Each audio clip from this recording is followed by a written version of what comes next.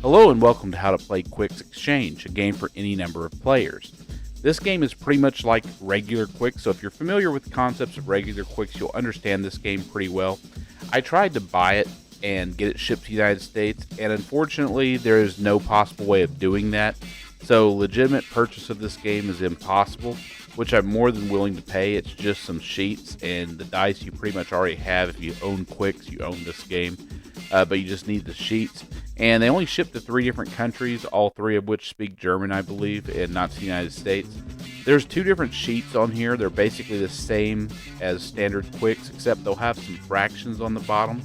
And the fractions are used to change the public number from what is rolled to what you would like it to be, which basically means if you have a number that matches the top number of a fraction, you could change it to the bottom number. And you could also change the public number if it's on the bottom number of a fraction to what it is on the top. So it gives you a chance to make some exchanges. Like here we see an 11 and a 9, a 7 and a 4. I notice you really can't see it. I didn't really put the camera close enough. I didn't print those numbers big enough on the sheet. I pretty much had to make this game in Excel. And so like always with Qwixx, you have a public number, which is the sum of the 2 white dice, and then the roller also gets a chance to take a private number. You can take either the public or a private, and the private number is going to be one of those colored dice combined with one of the white dice. The sum of that will be known as the private number. Only the roller can take that, but the non-roller will always have the public number available. In this game, they'll also have these fractions available to change that public number to something else if it suits them, if it's a better, more advantageous roll. And of course, Qwixx being a game that causes a lot of frustration if you're not getting the rolls you need early on, because the green and the blue in these pattern sheets usually start high and go low, and the red and the yellow go low and go high. Start low and go high. So it's a different type of thing. Sometimes you'll have the right rolls and sometimes you won't. Now in this case I do have a public 6, so anybody can take that 6. I'm going to go ahead and take it on yellow, and I see a private 10 on green that I'm going to take, and that's just the combination of a green dice and one of the public white dice. Everybody can play the public number, and you see I've also changed that public number, so I've made a mark in that space on the fraction. So just like normal Qwixx, whenever you mark a number, everything to the left of it that is unmarked becomes ineligible. And it's the same with these fractions. If you use one of the fractions to change the number, one of the exchanges to change the number, you'll mark it, and then everything to the left of it becomes ineligible. Now you only have 9 of these fractions to work with, so you have to choose wisely if you want to take them or not. So there I roll a 2. That's great for my opponent, but not necessarily for me. I'm going to see if there's any numbers I could take here, any combination I'm willing to take. I'm going to go ahead and take that 7 on green. That's the only choice I had, as a private number that only the roller could take. So now we have a public 4 available. I'm not going to be able to use that. I'm not going to use one of my fractions. So that's pretty much the basis of this game. It's standard Qwixx, except you now have some numbers, 9 number exchanges to use. And these number exchanges may help or hurt you, it just depends. And I think this is one of the versions of Qwixx that if you have more players, this version I think will have a lot more advantage, because it allows you to take some risks early on to get a much better public roll. Because the 2 and the 12 aren't on these fractions at all.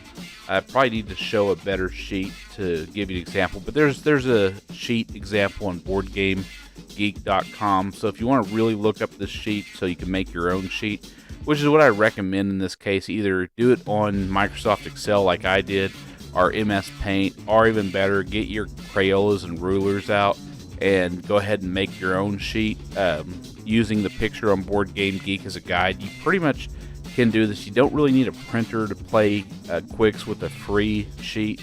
You can pretty much make a free sheet yourself. So go ahead and take that public 4.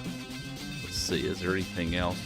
And that's just pretty much a simple game of Qwixx. It's very, very self-explanatory. You have the 2 white dice that are everybody's, and then you have whoever rolled, they get the white dice and a combination of a white and any of the colored dice. So here I got a 12. I'm seeing, can I close the game out? I could not at that time because I did not have 5 X's in either red or yellow. I only had 4. So I would have had took a forfeit there. When you get 4 forfeits, the game is over. When you lock out a color, basically mark 5 spots in the 2 through 11 or the 12 through 3 on the green and blue colors, you're able then to lock out that color, and that dice will come out of the game. So I see I got a place where I can take a public number and switch it. So I'm going to switch that 8 to a 3 and mark that fraction, and everything to the left of it becomes ineligible. So when it crossed out with an M, so I'd know that I couldn't take it. There's no points awarded for taking these fractions. So these fractions are just aids for you. They're just player aids. They really do nothing else. So I roll a 4 here. I have nothing, so I'll change that 4 to a 10. Mark that. Now I have 5 X's in the red. So if a 12 comes up, I'm able to lock the color out and be halfway done with the game. Once 2 colors are locked out in this game, the game is over. You won't continue rolling dice anymore. So we're seeing now we have a public 6 that my opponent rolled. I'm not taking it because I have no ability. I'm not penalized for not taking it.